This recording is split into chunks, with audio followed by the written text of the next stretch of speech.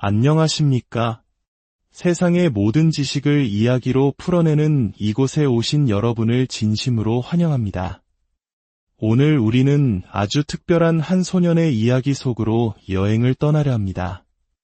컴퓨터와 인터넷, 그리고 비디오 게임을 사랑했던 평범한 10대 소년이 어떻게 현대사회의 성인으로 불리게 되었는지 그 놀라운 삶의 여정을 함께 따라가 보겠습니다.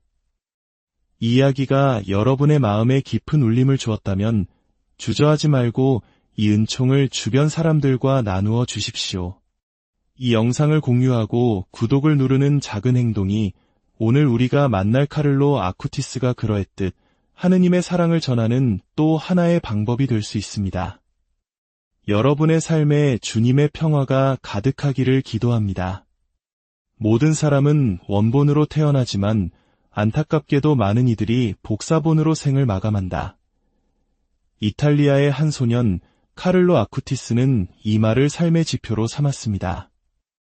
하느님께서는 우리 각자에게 세상에 단 하나뿐인 고유한 청사진을 주셨다고 그는 믿었습니다. 우리의 지문을 한번 생각해 보십시오. 이 세상에 똑같은 지문을 가진 사람은 단 한 명도 없습니다. 이처럼 주님께서는 우리 모두를 위한 특별하고 독창적인 계획을 가지고 계십니다. 우리 각자에게는 무한한 잠재력이 있으며 하느님께서 주신 자유의지를 사용하여 그 잠재력을 꽃피우는 것은 바로 우리 자신의 몫입니다. 카를로는 바로 그 사실을 자신의 짧은 생애를 통해 온전히 증명해 보였습니다. 오늘날 우리는 노트북과 스마트폰 화면을 통해 세상과 연결됩니다. 카를로는 바로 그 디지털 세상의 문을 통해 천국의 문으로 들어갈 수 있다고 믿었던 선구자였습니다. 프란치스코 교황님께서 이 젊은이를 새로운 시대의 성인 모델로 제시하는 이유도 바로 여기에 있습니다. 교황님께서는 카를로를 통해 소셜미디어와 인터넷을 올바르게 사용하는 방법을 우리에게 보여주고자 하십니다. 카를로는 왓츠앱에서 페이스북에 이르기까지 당시의 모든 디지털 도구를 하느님의 나라를 전파하는 선한 도구로 사용하는 방법을 알았습니다. 그는 디지털 세상의 복잡함 속에서 길을 잃지 않고 오히려 그곳을 하느님의 사랑을 전하는 새로운 선교지로 만들었습니다. 1991년에 태어난 카를로의 삶은 겉보기에는 지극히 평범했습니다. 유치원에 가고 초등학교와 중학교, 고등학교를 다녔습니다. 밀라노의 평범한 동네에서 자라난 한 소년에 불과했죠. 대부분의 아이들이 학교 가는 길을 지루해하며 발을 끌 때 카를로에게 그 길은 만나는 모든 이에게 하느님의 사랑을 전하는 소중한 기회였습니다. 그는 길에서 마주치는 건물 관리인, 청소부, 이웃들에게 환한 미소와 따뜻한 인사를 건넸습니다. 그의 작은 친절은 마주치는 모든 이의 하루를 밝게 비추는 등불과도 같았습니다. 카를로의 어린 시절 친구들은 그를 이렇게 기억합니다. 저는 초등학교 3학년 때 카를로를 만났습니다. 우리는 초등학교와 중학교 시절 가장 친한 친구였고 방과 후에는 함께 영화를 보거나 게임을 하며 많은 시간을 보냈습니다. 제가 카를로에게서 항상 감탄했던 점은 그가 매우 소박하고 순수한 사람이었다는 것, 그리고 절대로 다른 사람을 판단하지 않았다는 점입니다. 또 다른 친구는 이렇게 회상합니다. 카를로는 컴퓨터에 정말 열정적이었어요. 특히 집에 있는 동물들을 주인공으로 재미있는 동영상을 만드는 걸 좋아했죠. 저는 컴퓨터를 잘 몰랐지만 카를로가 보여주는 완성된 영상들은 정말 유쾌하고 재미있었습니다.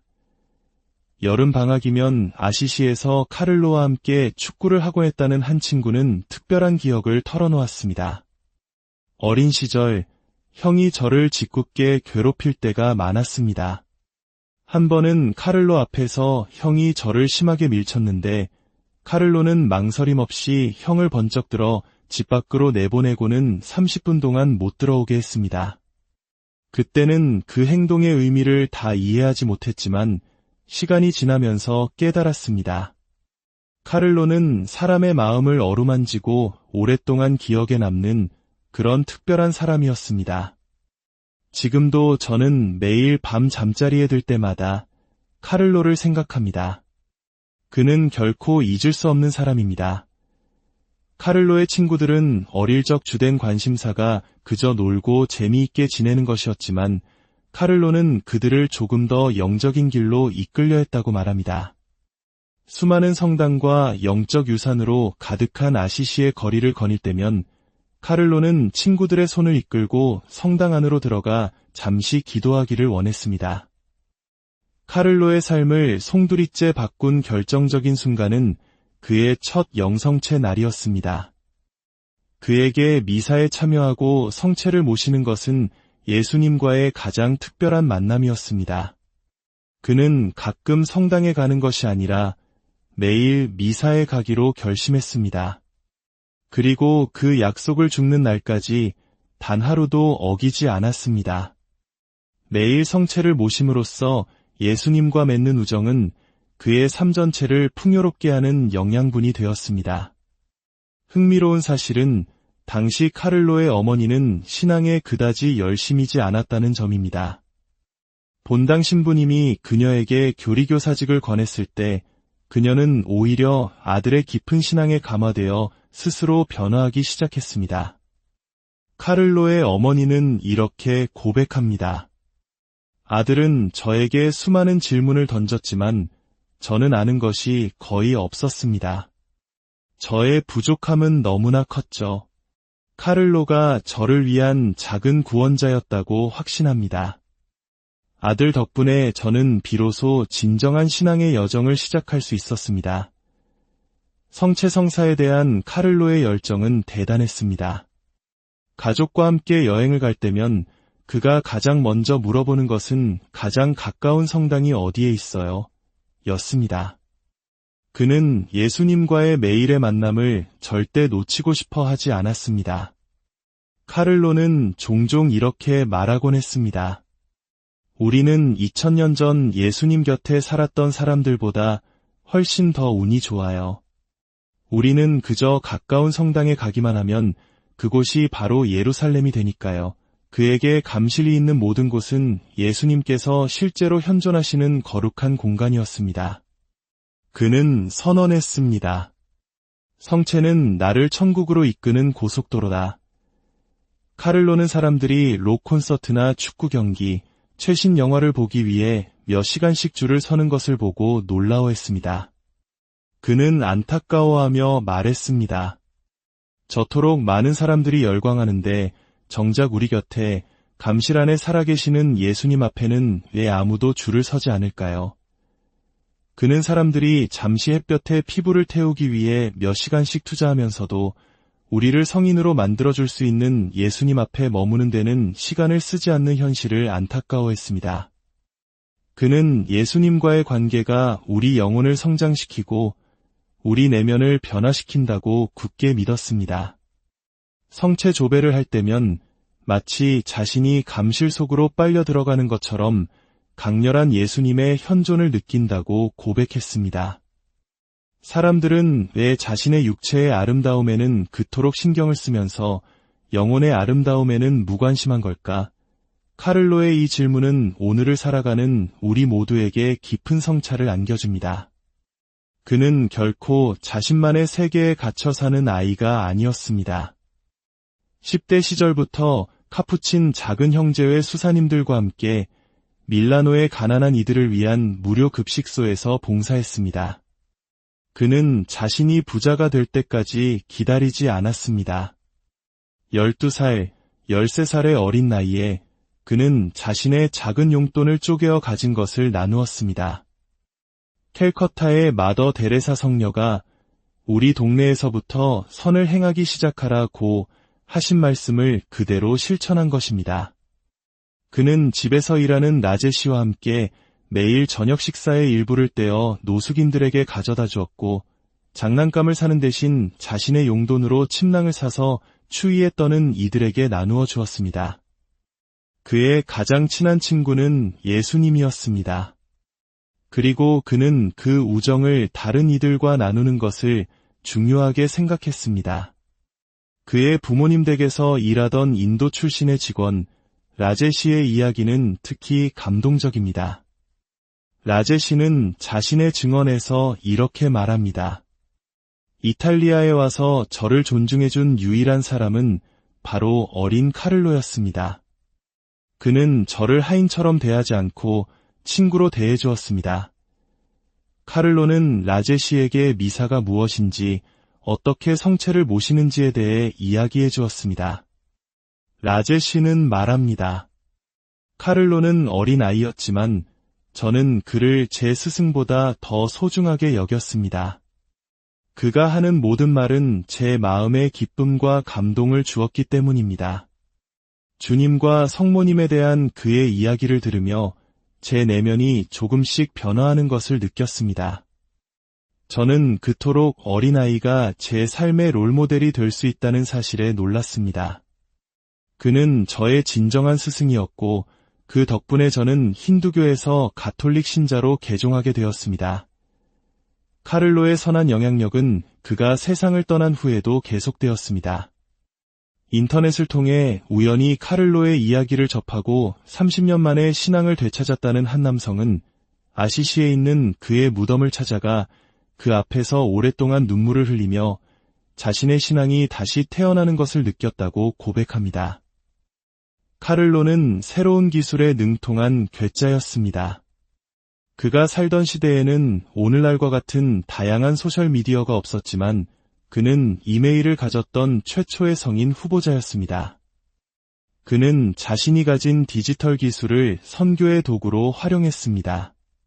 그는 자신의 가장 큰 열정, 즉 성체 안의 예수님을 친구들과 어떻게 나눌 수 있을까 고민했습니다. 그는 구글과 위키피디아를 검색하며 방대한 자료를 수집했습니다. 그는 역사 속에서 잊혀가던 성체의 기적에 주목했습니다. 미사 중에 축성된 빵과 포도주가 실제로 살과 피로 변했던 놀라운 사건들. 그는 전 세계에서 일어났던 성체의 기적 사례들을 조사하여 하나의 온라인 전시회로 만들었습니다.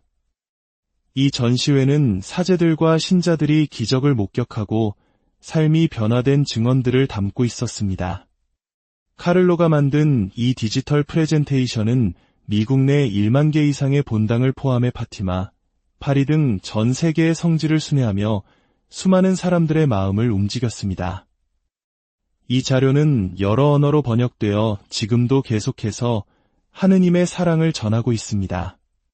카를로는 사랑의 연결고리를 만들어낸 것입니다.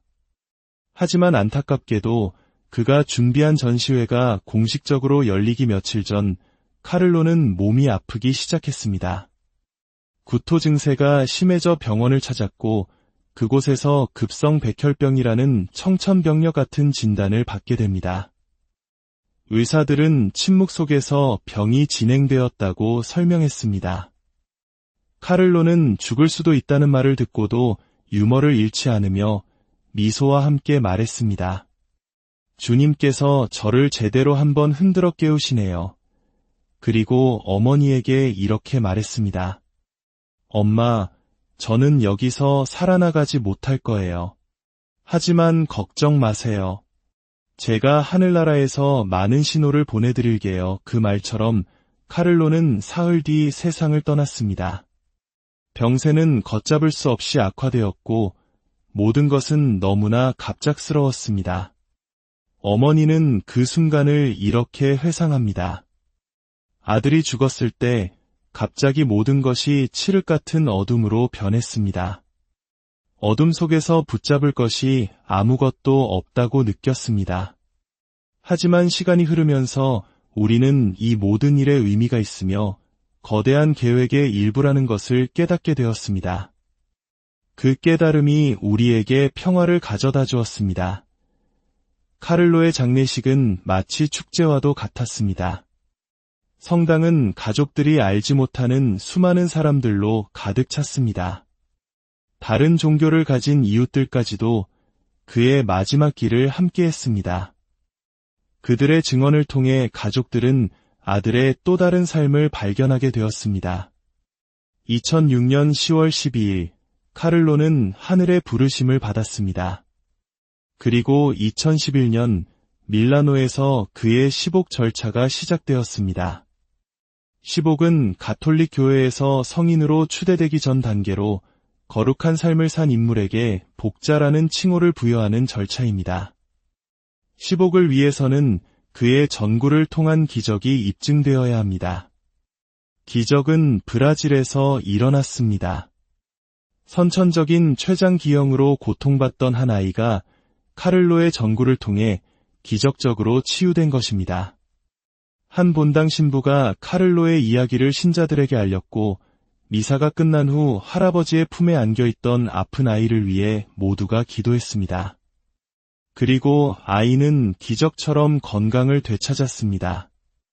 의사들로 구성된 위원회는 이 치유가 과학적으로 설명될 수 없다고 만장일치로 결론 내렸고 신학자들 또한 이 치유가 카를로의 전구와 직접적인 관련이 있음을 만장일치로 인정했습니다. 카를로 아쿠티스는 인터넷이라는 미지의 대륙, 복음화가 필요한 6번째 대륙의 새로운 선교사입니다.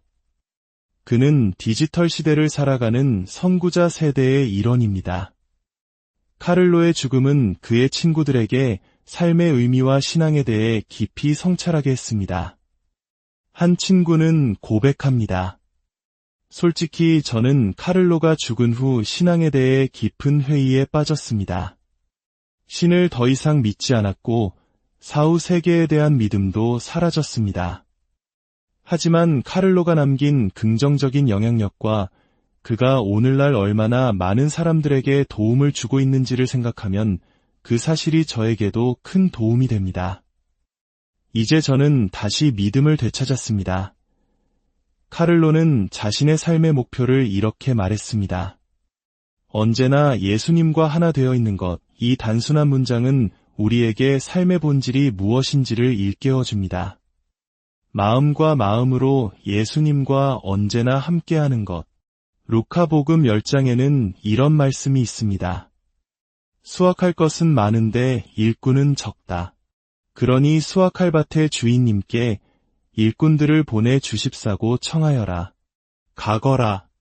나는 이제 양들을 이리 때 가운데로 보내는 것처럼 너희를 보낸다. 카를로는 인터넷이 지구 전체로 퍼져나가기 시작한 시대에 살았습니다. 그는 디지털 기술을 복음화를 위해 사용한 선구자 중 한 명이었습니다. 주님, 저희가 카를로의 모범을 따라 담대하고 창의적이 되도록 도와주소서. 저희가 모든 도구를 현명하게 사용하여 당신의 말씀을 전하게 하소서. 디지털 세상의 유용성은 우리가 그것을 어떻게 사용하느냐에 달려 있습니다. 인터넷은 외로움과 조작의 장소가 될 수도 있지만 카를로가 보여주었듯이 더 큰 선을 위해 봉사하고 아름다움을 드러내는 도구가 될 수도 있습니다. 주님, 저희를 당신 평화의 도구로 만들어주소서. 아름다운 것을 소통하는 방법을 보여주시고 인간 안의 선함을 세상에 드러낼 수 있도록 도와주소서. 코로나 팬데믹은 우리에게 인터넷과 소셜미디어의 힘을 다시 한번 깨닫게 했습니다. 이러한 도구들은 우리가 공동체를 건설하고 연대를 키우는 강력한 소통수단이 될 수 있습니다. 주님, 저희가 시대를 이해하고 인터넷을 현명하게 사용하도록 도와주소서. 이 거대한 기도의 네트워크를 계속해서 엮어나가시고 우리 사이의 유대를 강화시켜 주소서. 우리가 어디에 있든 우리 모두 함께 보이지 않는 하나의 수도원이